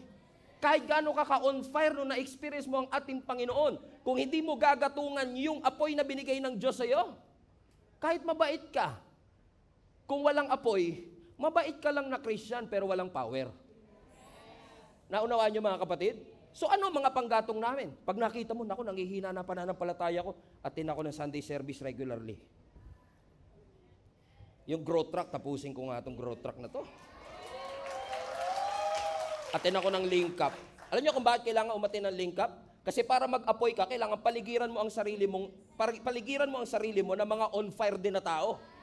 Kasi kapag nakakita ka ng isang may apoy, nilagay mo rito, lalo kang magliliyab. Bakit? Surround yourself with people na on fire. Kung kasama mo, laging tubig. Mamamatay talaga yung apoy na yan, kahit gaano ka kaningas. It's very important for us to fan the flame. Ano ang instruction ni Apostle Paul sa 2 Timothy chapter 1 verse 6? Ano ang sabi ni Apostle Paul kay Timothy? Everybody read. For this reason, I remind you to fan into flame the gift of God which is in you. Come on now. Sino sa inyo naniniwala yung katabi nyo gifted? Aba, ang dami naman talagang gifted. Ang dami naman po talagang talented. Pero let me tell you this. Our talent cannot change the lives of people. It cannot. People will be inspired by your talent. People will be motivated with your gift. But anointing is the way for them to be transformed. Amen? Halimbawa. Amen? Now, modesty aside, every single Sunday, every single day in fact, we've been receiving hundreds of testimonies of how the Lord has used this ministry to impact the lives of so many people. Ano ang common denominator na lagi namin naririnig? Alam niyo, Pastor, may isa kaming narinig during the preaching. May isa kaming narinig during the live stream na nung narinig namin yung salita na yon, it changed our lives forever. Grabe no? Isang sentence lang ang narinig niya, pero nabago ang kanyang buhay. Now, magiging tapat ako sa inyo. Ako po naniniwala, hindi kayang makapagpabago ng isang sentence. Hindi kayang makapagpabago niyan. Ang isang sentence, hindi niya kayang baguhin ang buhay ng tao unless yung sentence anointed. Correct? Kasi, halimbawa, I remember ako, laki po akong church. Laki akong simbahan. Mula bata pa lang ako, naglingkod. Maraming mga nandito ngayon mga kasamahan ko pa noong unang panahon. Talagang mula bata pa lang, Kristiyano na ako Pero yung matuturing ko talaga na nagkaroon ng pagbabago, radical change ang mindset ko at ang buhay ko, 2009. And I was a youth pastor back then, since 2004. Pero 2009 yung kinukonsider ko na nabago talaga ang buong buhay ko. Alam niyo kung paano nangyari? I was listening to a preaching. Hindi nga video audio lang. Nakikinig ako ng audio preaching, at yung preacher na banggit niya lang, God's love is unconditional. Which by the way, one sentence, which by the way, mula bata pala ako naririnig ko na. Sunday school naririnig ko na. Sa Bible nababasa ko na.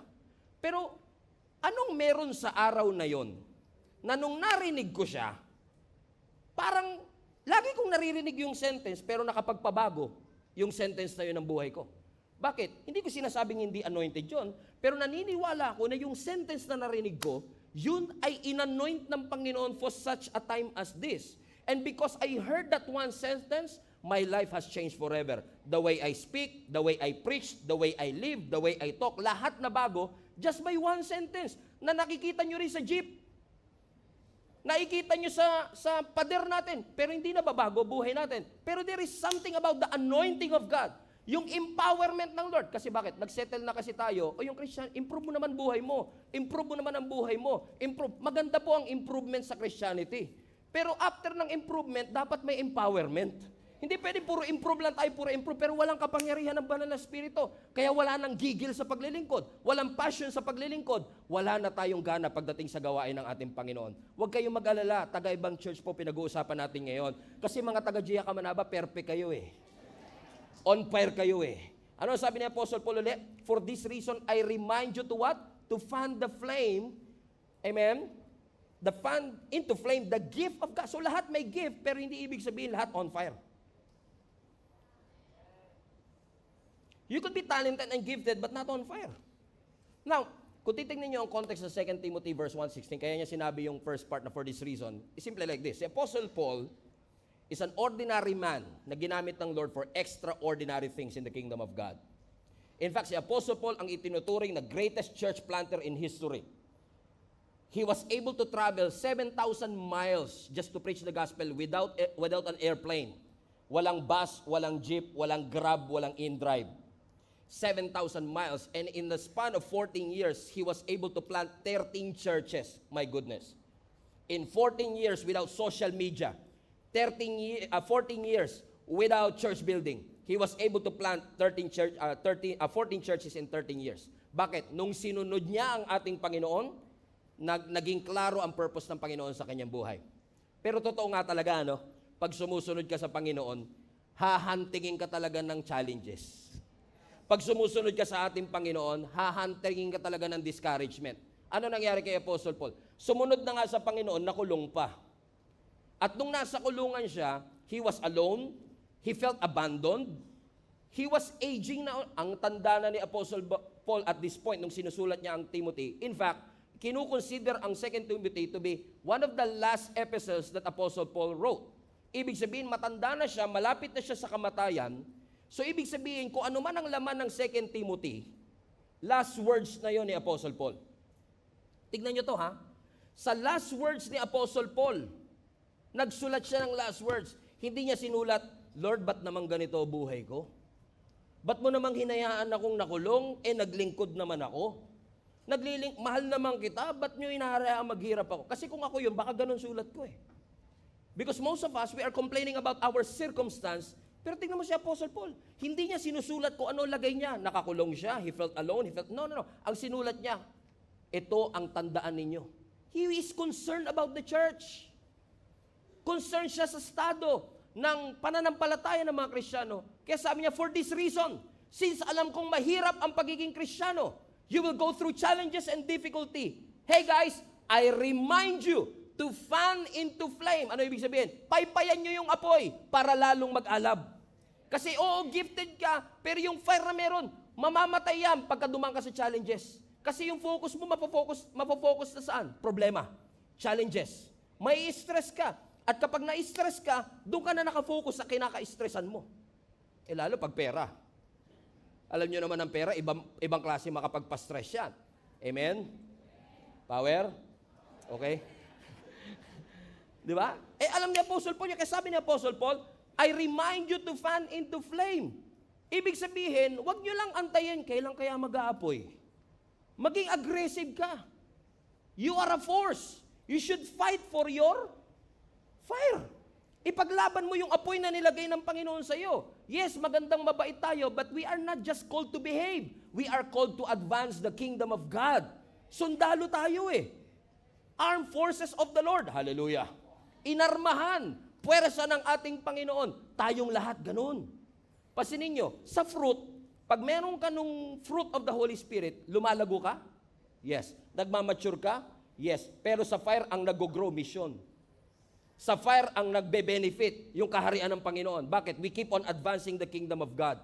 Katulad ng ating Panginoong Hesus, mabait si Jesus, humble si Jesus. Amen. May pagpapakumbaba ang ating Panginoong Hesus. Pero kung kinakailangan na ibaliktad yung lamesa dun sa mga nagtitinda sa harapan ng templo, gagawin niya yan. Kasi on fire siya sa kanyang misyon. Alam niya ang hindi at yung dapat gawin. Kung kinakailangan i-convict niya ang mga Pharisees, at sabihin niyang, you brood of vipers, you hypocrites. Come on. Kung mabait ako, hindi ko kaya sabihin yung ganun Hindi, si Jesus Christ, mabait din, pero kaya niyang sabihin, you brood of vipers, you hypocrite. Why? Passionate siya And the greatest demonstration of God's power is when Jesus Christ rose again from the grave. Then when Jesus rose again from that grave, it is a showcase of God's power. Why? Kapag on fire ka, unstoppable ka. Hindi ka talaga mapipigilan. Kahit may pagsubok, hindi ka mapipigilan. Amen? Bakit? Kasi seryoso ka sa pinapagawa ng Panginoon. Hallelujah. Okay. Ang apoy, pag tinanggal mo sa kandila, delikado. Sige po, 5 minutes. Okay. May hindi pa makaguess. Okay. Yung apoy, pag tinanggal mo sa kandila, delikado. Kaya nga yung apoy, may lugar yan fireplace. Di ba? Di tayo makarelate dito kasi sanay kami sa init dito, pastor Ayaw na namin ng mga fireplace niya. Pero di ba sa ibang bansa may tinatawag na fireplace? Kasi yung apoy, pag wala sa lugar, nakakasunog. Amen? So, yung apoy, pag tinanggal mo sa kandila, ano mangyayari? Delikado. Pero pag yung kandila walang apoy, walang silbi. So, ano ibig sabihin mga kapatid? Magandang may fire, pero ilulugar mo rin But at the same time, pwedeng may gift ka, pwedeng may talent ka, pero wala kang fire.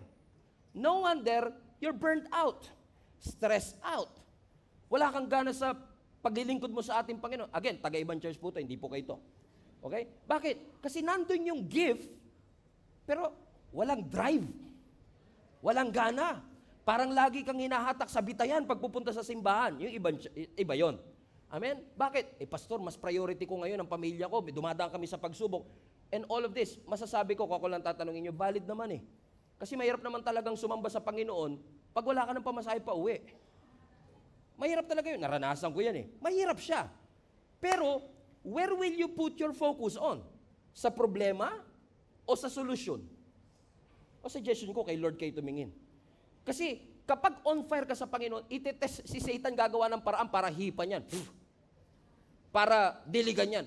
Patayin yung apoy na yan. As soon as possible. Kasi alam ni Satan, pag on fire ka, unstoppable ka. So gagawin ni Satan na lahat para mamatay yung apoy. Unfortunately, marami sa atin patay na yung apoy. Naalala niyo si Moises, mga kapatid? Tahimik ka. Amen? Naalala niyo po si Moises, nung tinawag siya ng Panginoon through burning bush, literal na apoy ito. Ang sabi ng scripture, habang naglalakad si Moses doon sa wilderness ng Midian, namangha siya. Sabi niya, grabe to halaman umaapoy, pero hindi nasusunog. Hindi nun eh. Kasi yung halaman, umaapoy, hindi nasusunog. Milagro. Amen? Okay, hindi milagro na umaapoy yung halaman. Kaya ko rin yun eh. Gusto mo buong gubat pa eh. Sila ba natin ang apoy yun eh? Hindi milagro yun. Tama, ang milagro, hindi yung umaapoy yung halaman. Ano yung milagro? Ang milagro, umaapoy siya, pero hindi siya nasusunog. Amen? Yun yung milagro. At naniniwala ako, mga kapatid, importante to. Kaya sa lahat ng yung mga kinakasal ko, hindi nawawala to sa sa sinasabi ko during the homily, sana sabihin ko eh. During dun sa,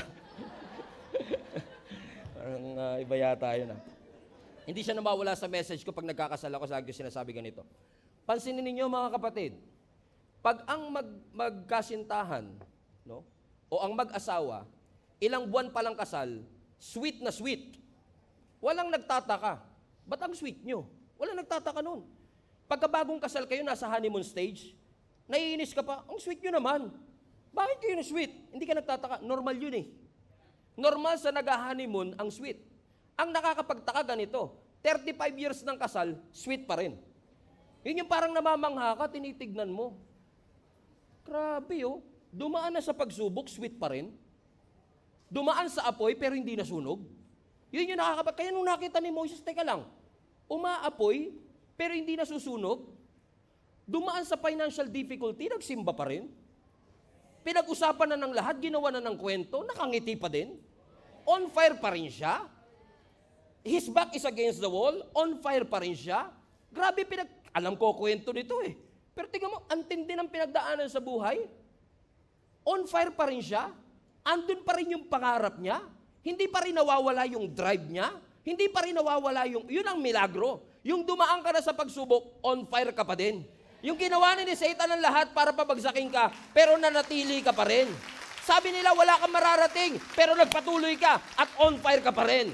Hindi sila naniwala na kaya mo magsagumpay, pero by the grace of God, nakatayo ka pa rin. You are still standing.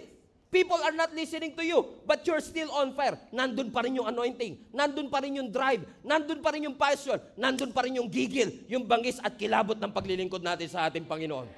Why? Ilaw tayo eh. Ang ilaw dapat nananatiling maliwanag yan. Dapat tayo bilang mga Kristiyano nananatiling nag-aapoy. Everybody say, alab. Put that in the chat. Kailangan mag-alab tayo eh. After all, as sabi ng Scripture, we are the salt and the light of this world. Habang padilim ng padilim ang sanlibutan, dapat ang simbahan paliwanag ng paliwanag. Amen? Ano sabi po ni Jesus Christ mismo? Matthew chapter 5 verse 13. You are the salt of the earth. But if the salt loses its saltiness, how can it be made salty again? 3 days ko nang pero-practice yan, di pa rin. Okay, one more time. You are the salt of the earth. But if the salt loses its saltiness, how can it be made salty again? Hallelujah. Thank you, Jesus. Okay? It's no longer good for anything except to be thrown out and trampled underfoot. Verse 14. You are the light of the world. a town built on a hill that cannot be hidden. Neither do people light a lamp and put it under a bowl, but instead they put it on its stand, and it gives light to everyone in the house in the same way. Let your light shine before others, that they may see your good deeds and glorify your Father in heaven. What a beautiful verse from Jesus Christ Himself. Ano sabi ng Scripture? Mga kapatid, kayo ay asin ng sanlibutang ito. On the other hand, sabi niya, pero hindi lang kayo asin, kayo ay ilaw ng sanlibutang ito. So, ang asin dapat maalat. Ang ilaw dapat maliwanag. Pag yung asin lumiwanag, at yung ilaw umalat, yon malaking problema yon. Kasi sabi ng Scripture, if the salt loses its saltiness, ibig sabihin, kung ang asin tatabang, wala siyang halaga. Saan ba natin ginagamit ang asin? Nung unang panahon, wala pang refrigerator. So ginagamit nila yan to preserve yung mga meat para hindi mabulok. Naniniwala ko lahat ng Kristiyano, tayo ang ginagamit ng Lord na habang pabulok ng pabulok ang mundo, tayo ang gagamitin niya to preserve the truth of God's Word. Amen? So kailangan, yung asin maalat pa rin. Tanungin mo katabi mo, may alat ka pa ba? Pastor, sa lahat ng pinagdaanan ko today, maasim na po. Asim na po. Asim kilig. Amen? But at the same time, sabi ng Scripture, you are the salt, but you are also what? The light of the world. Bakit? Ang lampara dapat maliwanag. So ganun din yung same illustration. Yung lampara, pag wala siyang apoy, wala siyang halaga. Amen? So dapat ang lampara, ang ilaw, nagliliwanag. At tignan nyo ang ilaw, pag papatay-patay, masakit sa mata. Kaya pag may kasama ka, taga-ibang church to, hindi kayo ito natutuwa naman ako, kasama kita today. Next week, wala siya today. Next week, nandito ka uli. Next week, wala ka na naman. Papatay-patay. Ang sakit sa ulo, di ba? Kaya masakit talaga ulo ng mga link up group leader pag yung mga kasama nila, papatay-patay. Pawala-wala eh. Amen? Amen? Sabi mo sa katabi mo, steady ka na. Wag ka nang pawala-wala. Di ba? Bakit? Kailangan tuloy-tuloy, hindi putol-putol. Amen? So my question is this, yes, we've been trying to behave and be a good Christian, but where is that anointing? As I was saying kanina, napakahalaga that when God uses us to be the salt and light of the world, ipipreach natin ang gospel of Jesus Christ. Pero kailangan may anointing yun from the Lord. Kailangan yung sinasabi natin is anointed by God's word. Bakit? Ang anointing, yan ang supernatural effectiveness eh. Nagiging effective ka kapag ikaw ay anointed. Amen? Ang sarap kaya, na alam mo that you are anointed by the Lord for such a time as this. Kasi kapag anointed ka, ibig sabihin lang, ganito yan, yung anointed, may proseso yan. Nilalangisan yan. Kaya actually, yung anoint from the Hebrew, scrub. So, ini-scrub mo yung langis. At pag ini-scrub mo yung langis, ibig sabihin yan, nasi-set apart siya. Sa dami-dami ng tao, siya yung pinili mo. At pagkatapos niyang ma-set apart, nire-release ng Lord ang power niya. Gets? So, lalangisan mo, pag nilangisan mo, binubukod mo yun. Ibig sabihin, sa dami, for example, in the Old Testament, ang mga ina-anoint, mga hari, prophet, mga priest, kahit yung ordinaryong bagay sa temple, ordinaryong gamit lang yan, nabibili kung saan-saan, pero pag pinahira na ng langis, anointed na siya. Ibig sabihin, binukod na siya. Hindi na siya basta ordinaryong lalagyan. Amen? Bakit? In-anoint na siya, ibig sabihin ng anointing, may approval na mula sa langit. So pag in-anoint ka ng Panginoon, approve ka ng langit. Para sinasabi ng langit, kung ano sabihin niyan, yun yung mensahe ng langit. Aprobado ng langit, kinonsecrate. Tama? Amen? Tanungin mo katabi mo, oily ka pa ba? Amen? May langis pa ba? Yun ang tanong eh. Kasi kung anointed talaga tayo ng ating Panginoon, kailangan yung langis nananatili. Amen? Ang problema marami sa atin, mat na eh. Tuyong-tuyo. Nako, magandang wake-up call sa bawat isa sa atin. Kailangan mong maging oily. Sabi mo sa katabi mo, kailangan mong maging oily. You need the oil of the Holy Spirit so that you will bring fire wherever you are. Amen? Symbolic yan ng approval ng langit na bawat isa sa atin. That once you anoint somebody, minamarkahan mo yung tao na yon. As sinasabi mo, representative na ito ng langit. Katulad ni David, look at this. Tignan nyo nagagawa ng anointing. 1 Samuel chapter 16 verse 13. Everybody read this with me. 1, 2, 3, go. So Samuel took a horn of oil. So may oil. Correct? So kumuha daw si Samuel ng horn of oil, everybody, and anointed him. So may langis, pinahiran, anoint nga eh, in-scrub. Nung in-scrub, ano nangyari? in the presence of his brother, and from that day on, the Spirit of the Lord came powerfully upon David. See? Pag ang isang tao, pinahiran mo ng langis, automatic nagre-release ang Diyos ng power. Bakit? Set apart na siya eh. Hindi na yan ordinary yung shepherd, hari na yan. Sa mata ng tao, shepherd pa. Pero sa mata ng langit, approved na yan. Hari na yan. And from that day on, ang sabi ng scripture, the Spirit of God came what? Came powerfully upon him. Church, I want to encourage you. Kailangan may anointing tayo. Sa lahat ng bagay na ginagawa natin, anointing is the key. Ang sabi ng scripture, anointing breaks yoke. Walang ibang bagay nakakapag-break ng yoke, ng bondage, kundi yung anointing na meron tayo. So don't just sing. Be an anointed worship leader. Don't just dance. Be an anointed dancer. Don't just speak. Be an anointed preacher of the Word of God. Because we need the anointing of God sa lahat ng ating ginagawa. Hallelujah. Palapakan natin ating Panginoon. Why? Because without the anointing of God, everything will be routinary, everything will be mechanical. No wonder many Christians in our generation are exhausted, burnt out, and ineffective. They have the fruit, but they don't have the fire. Hindi naman masamang mabait. Hindi masamang patient. Hindi masama ang self-control. In-emphasize nga natin yan for 2 weeks. Pero halimbawa, kung may sunog po sa inyong barangay, wag naman sana. Kung magkakasunog, sino tatawagin nyo?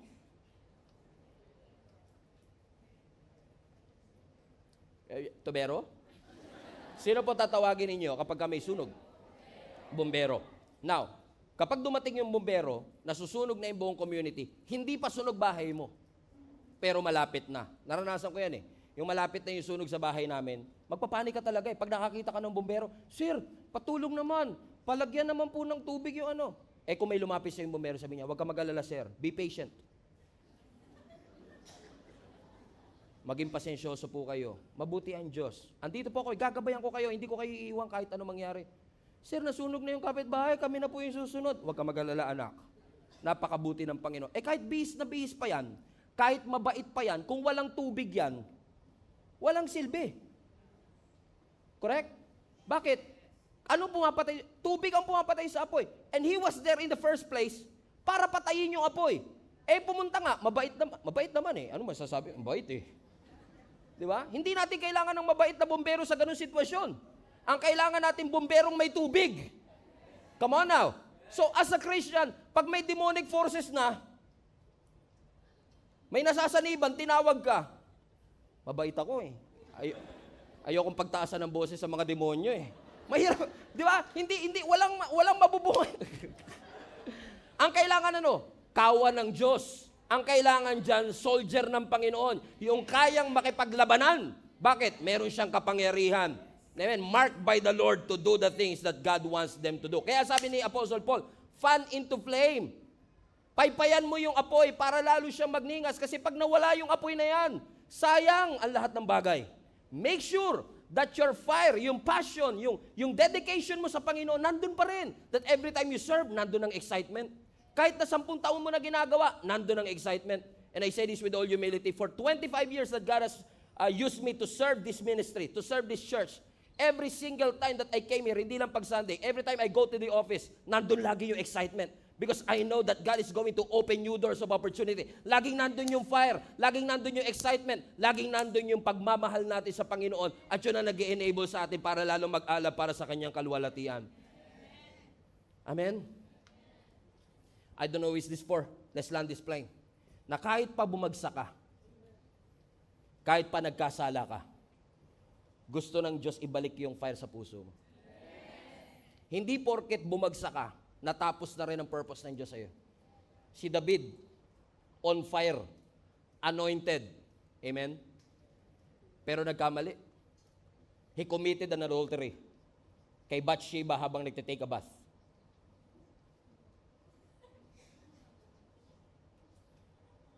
Pero nung na-realize niya ang kanyang pagkakamali, nung na-realize niya ang kanyang mistake, one time he was writing in the book of Psalms, sabi niya, Lord, cast me not away from your presence. Take not your Holy Spirit from me. What a prayer. Sabi niya, Lord, alam ko ako pa rin ang hari. nasa posisyon pa rin ako. Pero pag wala yung presensya mo, pag wala yung kapangyarihan, sayang yung lahat ng to. So please lang, Lord, wag mong tatanggalin yung presensya mo sa buhay ko. Cast me not away from your presence, O God. Take not your Holy Spirit from me. And he went on to say, restore unto me the joy of my salvation and renew a right spirit within me. Psalms 51 verse 11 to 12. Why? Ang sabi ni David, naku Lord, hindi ko po afford. Hindi ko kaya na mawala ang presensya mo sa aking buhay. Yes, may talent ako. Yes, may gift ako. Yes, nilangisan ako. Pero kung hindi mo ako sasamahan, Panginoon, kung hindi mo i-restore yung joy na nawala sa akin, alam kong dahil sa pagkakasala ko, nawala yung joy, nawala ng passion, nawala ako ng gigil sa aking ginagawa. But please, Lord, cast me not away from your presence. Take not your Holy Spirit from me. Restore unto me the joy of my salvation. Ibalik mo po ako doon sa unang araw kung saan ko naramdaman yung tunay na fire. Ibalik mo ako doon sa panahon na naaalala ko, Lord God, kung paano mo binago ang aking buhay. Kaya mga kapatid, let me just remind you, kung may ginawa ang Diyos sa buhay mo, huwag mong itigil na i-testify yung bagay na ginawa ng Diyos sa iyo. Sabihin na nilang paulit-ulit ka, ulitin mo pa rin. Bakit? Kasi every time inuulit mo yan, napapaalala sa iyo kung paano ka sinalba ng Panginoon, kung paano ka pinagaling ng Panginoon, kung paano kumilos ang Panginoon sa iyong buhay. Cast me not away from your presence. Take not your Holy Spirit from me. Restore unto me the joy of my salvation and renew a right spirit within me. Even though you are tired, even though pakiramdam mo, hindi mo na maramdaman ng Panginoon and you wanted to quit. And maybe some of you are experiencing the same thing. That you've been in the ministry for quite some time. You've been attending the church for decades. And everything feels like what? 3 p.m. na naman, atin na naman ako. Doon na naman ako uupo sa favorite kong upuan. Pagdating ng praise and worship, tatayo ako. First song, ganun-ganun muna. Second song, tapos mag-welcome remarks yan eh. Welcome remarks yan. Ay wala, binago nila. Pero next yan, worship yan. Worship yan. Tataas ako. Everything is routinary. And you're tired. Pagod ka na rin. And when I was studying this, I remember Prophet Jeremiah. Prophet Jeremiah was used by the Lord mightily. Mula pa nung bata siya, inanoint na siya ng Panginoon to be a spokesperson of the Lord. Pero katulad ninyo, katulad ko, si Jeremiah gusto na rin sumuko minsan. Naranasan din niya yung naranasan natin. Na gusto na natin mag-quit kasi napagod na tayo. Na ginawa ko lang naman to para sumunod sa'yo. Pero ang ending, Lord, nagulpi pa ako. Ano sabi ng Jeremiah 20 verse 9, and I will close with this. But if I say, I will not mention His word or speak any more to His name, His word is in my heart like a fire shut up in my bones.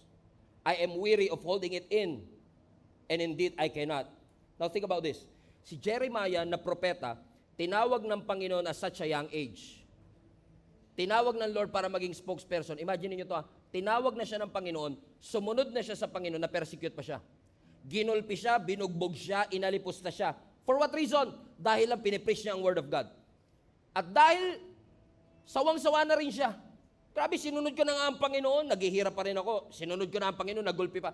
He reached his breaking point. Grabe, Prophet Jeremiah, think about this, reached his breaking point. And he said to the Lord, Lord, pagod na po ako. I want to quit. Amen? Look at that verse again. That's what it meant nung first statement. Tingnan nyo, sabi niya, Lord, ayoko nang i-mention ang salita mo. Ayoko nang magsalitang muli. Pero yung mga propeta ka, ayoko na. Ayoko na magsalita. Ayoko nang i-preach ang word. Ibig sabihin, he's had enough. He's tired already. He wants to quit.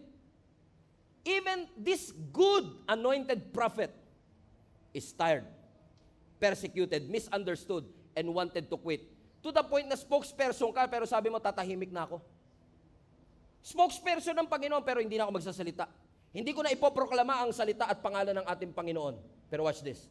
Pero sabi niya, pagod na po ako, ayoko nang i-mention ang salita mo, ayoko nang magsalita ng patungkol sa iyo.